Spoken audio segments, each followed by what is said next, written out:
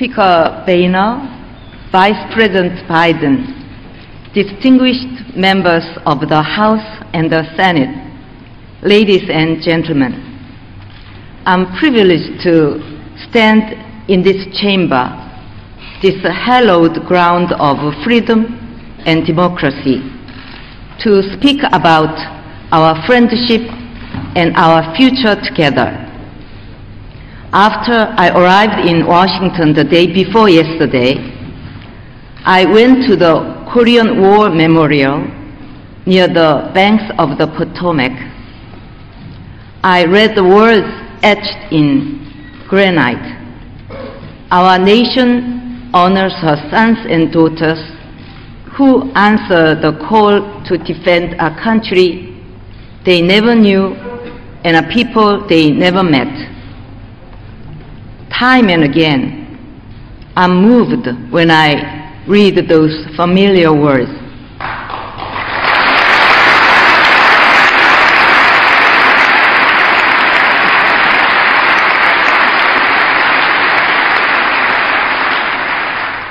Let me express, on behalf of the people of the Republic of Korea, our profound gratitude to America's veterans. Their blood, sweat, and tears helped safeguard freedom and democracy.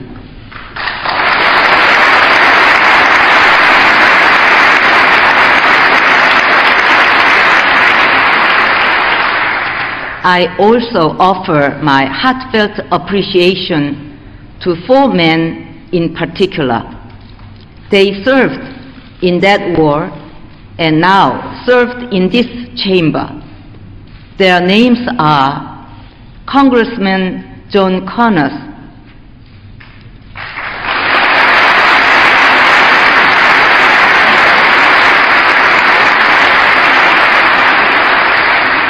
Charles Rangel,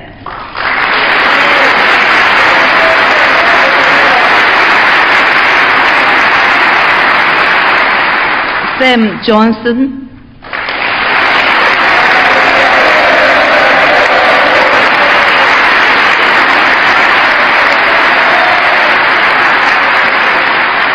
and Howard Coble.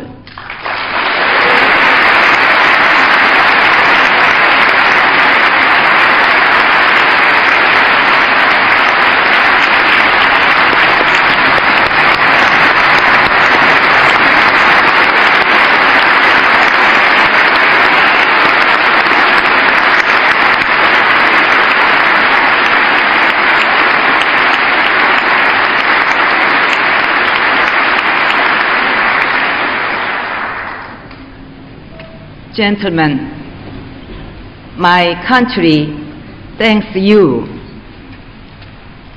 When the guns fell silent in the summer of 1953, Koreans were surviving on $67 a year. 6 decades later, Korea is one of the top 5 car producers and the 8th largest trading nation. Some call this the miracle on the Han River.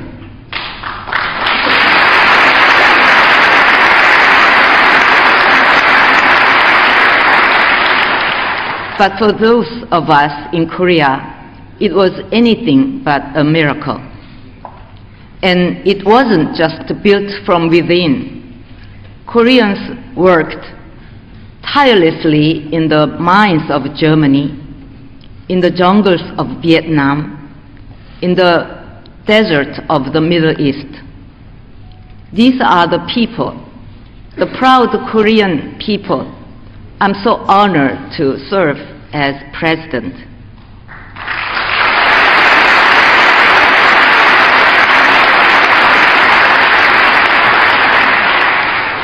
They are the ones that made Korea what it is today. Together, we will write a sequel to that story, a second miracle on the Han River. This time, it will be written with a revived economy, with a people that are happy, with a flourishing culture, and on a pathway to a reunified peninsula.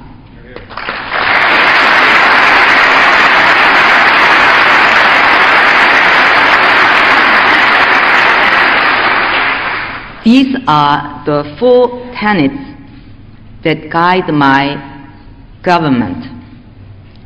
We also know that we didn't come this far on our own. Along our journey, we have been aided by great friends, and among them, the United States is second to none.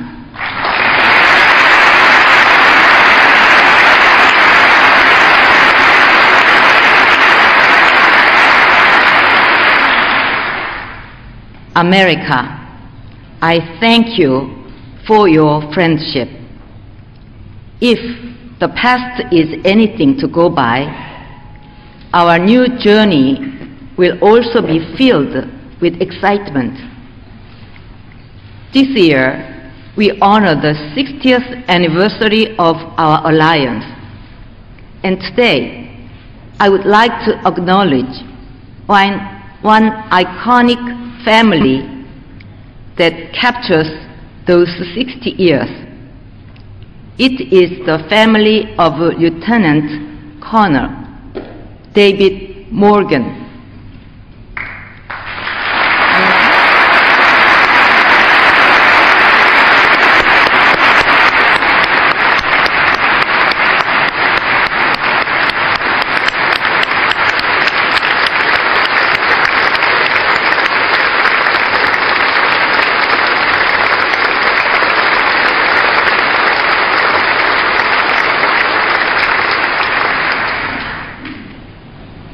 Colonel Morgan's grandfather, the late Warren Morgan, fought in the Korean War.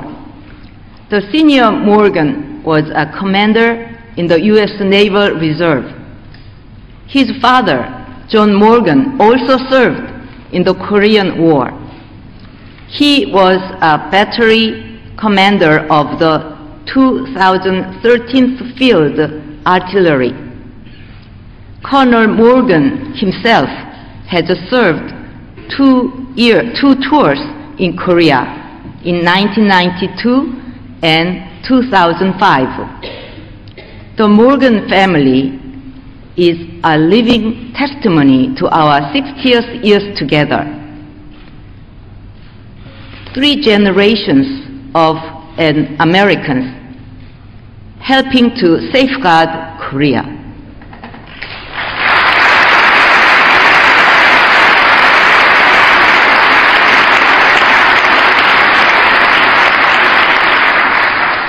That family is here with us today.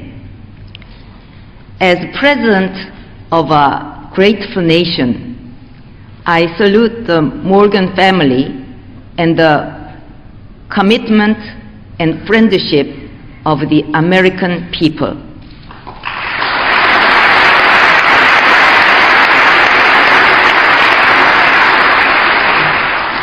Looking forward, our precious alliance is setting its sights on a better world, a brighter future, bound by trust, guided by shared values. We are cooperating across and beyond our own boundaries. Korea has stood by the United States in Iraq and Afghanistan. Together, we supported peace building and constructions in those nations. Following was the Washington Conference in 2010. Seoul hosted the second Nuclear Security Summit last year. There, we reaffirmed our commitment to the vision of a world without nuclear weapons.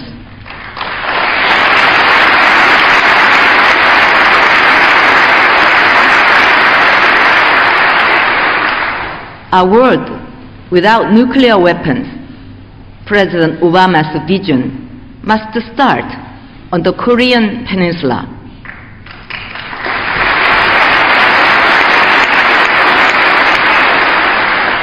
For the peninsula is home to the only divided nation-state and directly face the threat of nuclear weapons. It is an ideal testbed for a future free of nuclear arms. If we can pull it off on the Korean Peninsula, then we can pull it off anywhere else.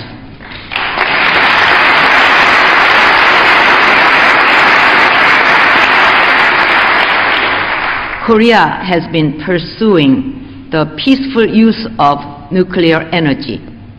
It is also firmly committed to the principle of non-proliferation. Korea and the United States are partnering to build reactors in third countries. In this regard, we need a modernized, mutually beneficial successor to our existing civil nuclear agreement. Such an accord will bring huge benefits to related industries in both our countries.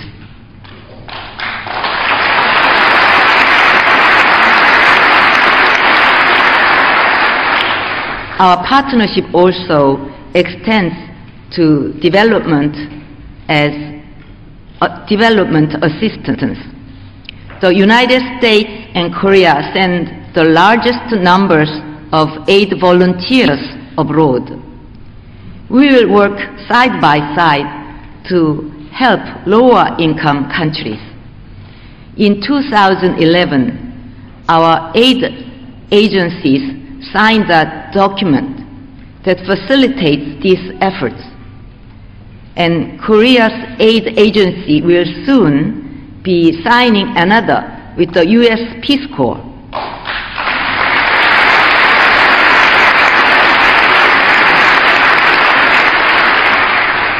In March of last year, the Korea-U.S. Free Trade Agreement went into effect. The agreement adds an economic pillar to our alliance. It has moved us closer to a comprehensive and strategic alliance. We can do even more if the bill on visa quotas for Korean professionals is passed in this Congress. Both our economies will benefit, for it would help create many more jobs.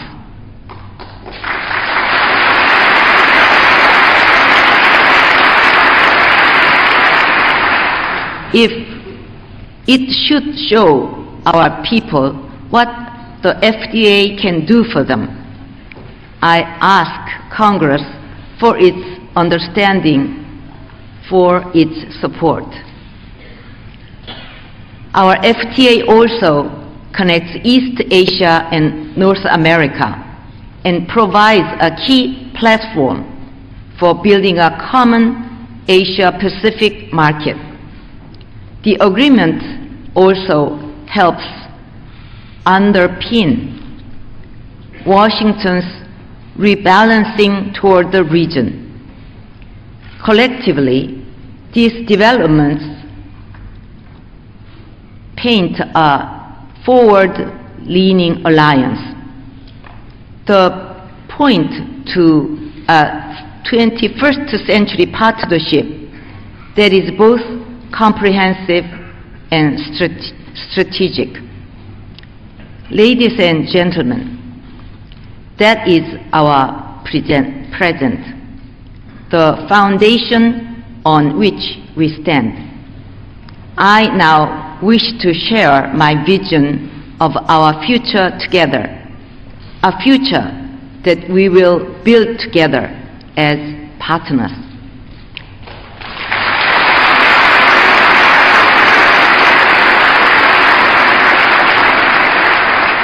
Following our meeting yesterday, President Obama and I adopted a joint declaration.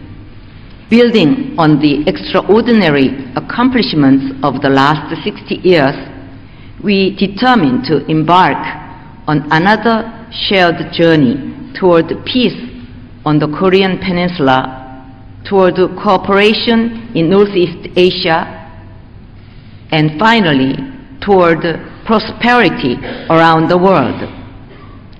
It is my hope that as we make this journey, our partnership will be guided by a three-part vision.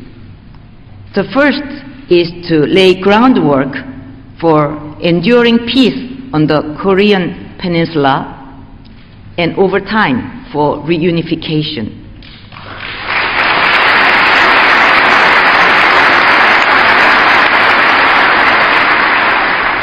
That future, I know, feels distant today. North Korea continues to issue threats and provocations, firing long-range missiles, staging nuclear tests that undermine peace on the peninsula and far beyond it. The Korean government is reacting resolutely but calmly. We are maintaining the highest level of readiness. We are strengthening our cooperation with U.S. and other international partners. Korea's economy and financial markets remain stable. Companies, both domestic and foreign, see this and are expanding their investments. Korea's economic fundamentals are strong. Its government is equal to the task, and it is backed by the might of our alliances. So long as this continues, you may rest assured no North Korean provocation can succeed.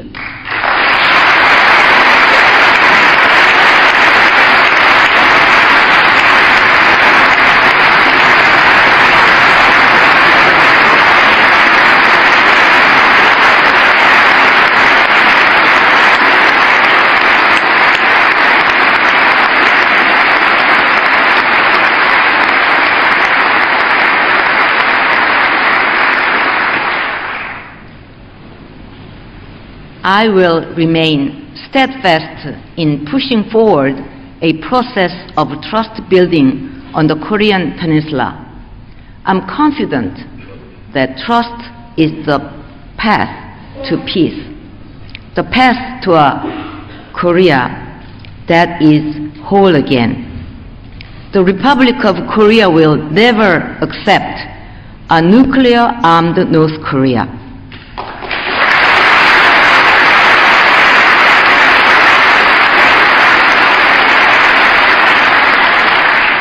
Pyongyang's provocations will be met decisively.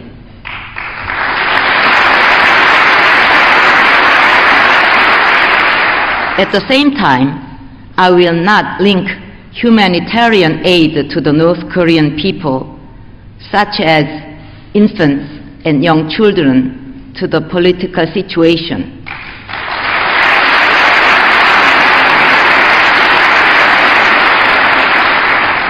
And with the trust that gradually builds up through exchange, through cooperation, we will cement the grounds for durable peace and eventually peaceful reunification.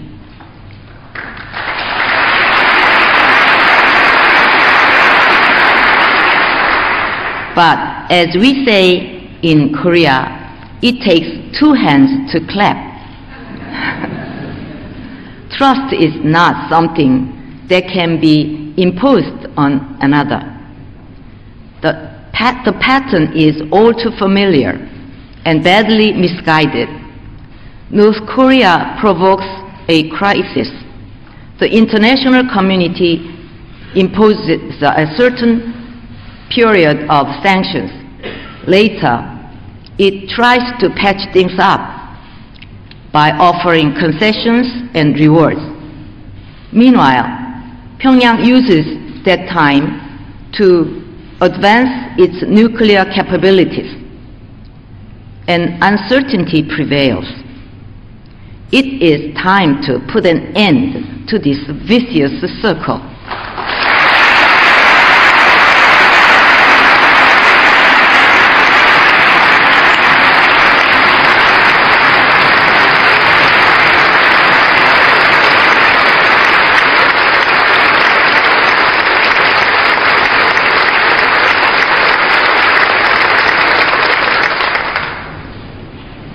Pyongyang is pursuing two goals at once: a nuclear arsenal and economic development. We know these are incompatible. You cannot have your cake and eat it too.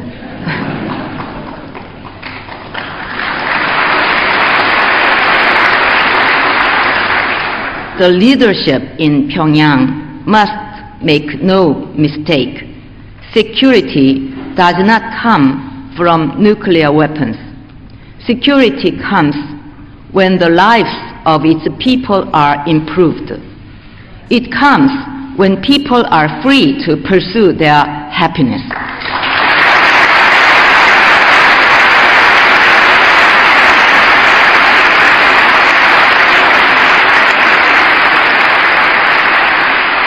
North Korea must make the right choice. It must walk the path to becoming a responsible member in the community of nations.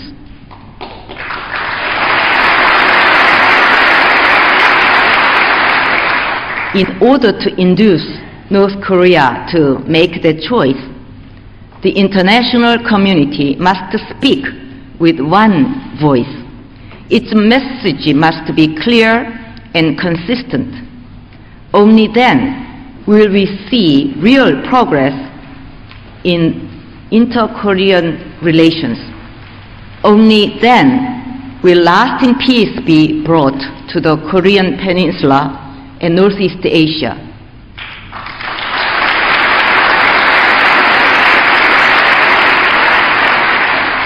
"60 years ago, a stretch of earth bisecting the Korean Peninsula was cleared of arms.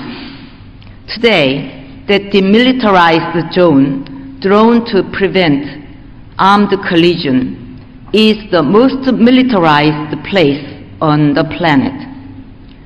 And the standoff around the DMZ has the potential to endanger global peace. We must defuse that danger, not just South and North Korea. The world must also get involved. The demilitarized zone must live up to its name, a zone that strengthens the peace, not undermine it. It is with this vision in mind that I hope to work toward an international park inside the DMZ. It will be a park that sends a message of peace to all of humanity. This could be pursued in parallel with my trust-building process. There, I believe, we can start to grow peace, to grow trust. It would be a zone of peace, bringing together not just Koreans separated by military lines, but also the citizens of the world. I call on America and the global community to join us in seeking the promise of a new day.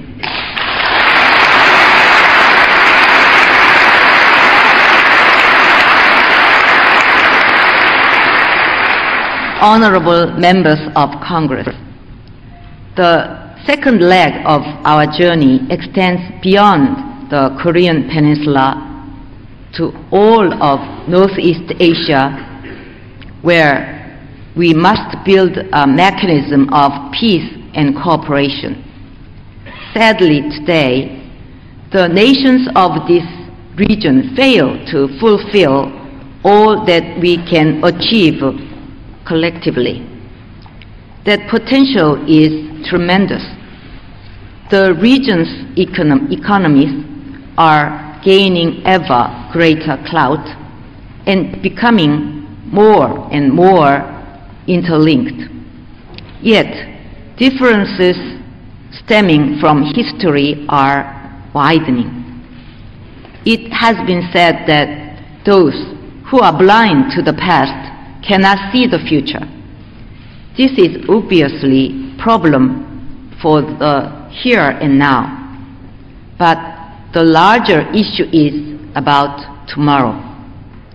For where there is failure to acknowledge honestly what happened yesterday, there can be no tomorrow.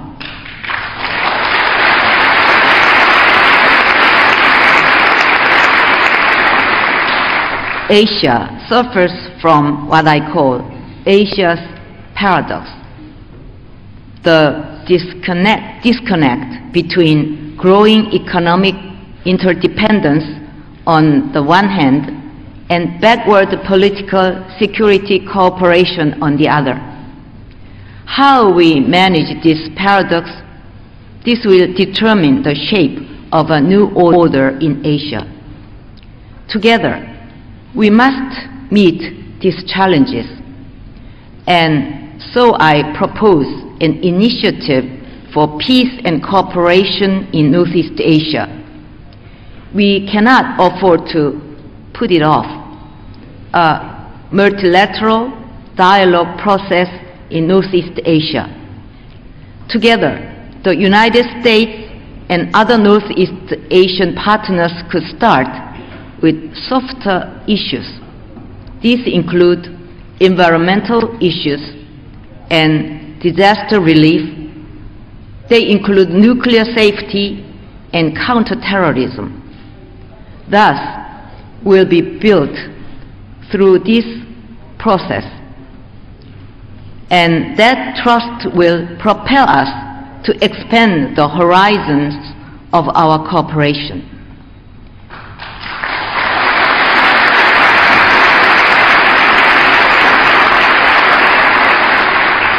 The initiative will serve the cause of peace and development in the region, but it will be firmly rooted in the Korea-US alliance. In this sense, it could reinforce President Obama's strategy of rebalancing towards the Asia-Pacific. Of course, North Korea could also be invited to join if we start where our initiatives overlap. Then later on, it will be easier to find common ground on the larger challenges, easier to find solutions to our mutual benefit. I firmly believe that Korea and the United States will work hand in hand as we shape an emerging process for cooperation in the region.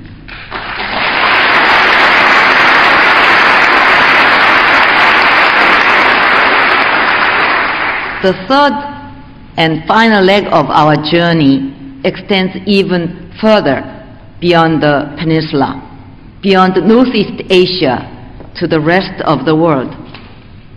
It is a contribute to happiness, the happiness of Koreans on both halves of the peninsula, the happiness of all humanity. It is a vision I also advanced at my inauguration. The pursuit of happiness is enshrined in the American Declaration of Independence. It also occupies a special place in the Korean Constitution. I have long believed that our alliance should aim far, that it should ultimately seek a happier world. Guided by this spirit, we stood side by side in the frontiers of peace and freedom. Infused by this spirit, we are expanding cooperation on global issues like counterterrorism, nuclear non-proliferation, and the global financial crisis. Our efforts will not stop there. Together, we will help spearhead the universal values of freedom, human rights, and the rule of law.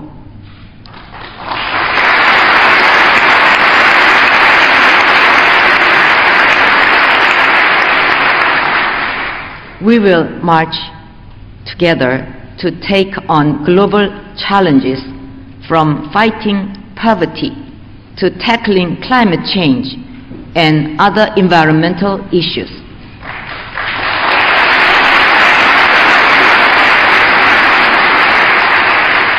Members of the House and the Senate, our journey since the Korean War has been led by a specific mission to respond to their threats and provocations from the North, and to defend freedom and peace on the Korean Peninsula. Today, our alliance is called upon to go beyond that, beyond just the defense of freedom and peace. We are called upon to step forward on a new journey, a journey towards a Korea that is at peace, that is happy, and that is made whole. Our economic partnership must also aim higher and reach further into the future. President Obama has outlined the Startup America initiative. Together with my strategy for a creative economy, we can advance toward a common goal to help channel the innovative ideas, the passion, and the drive of our youth toward brighter future.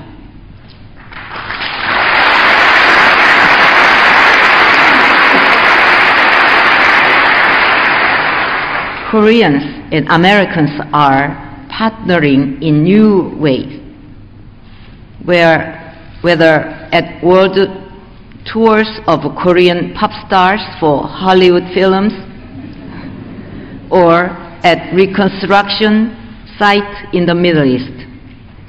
Together, we can envision a future that is richer, that is safer, and that is happier.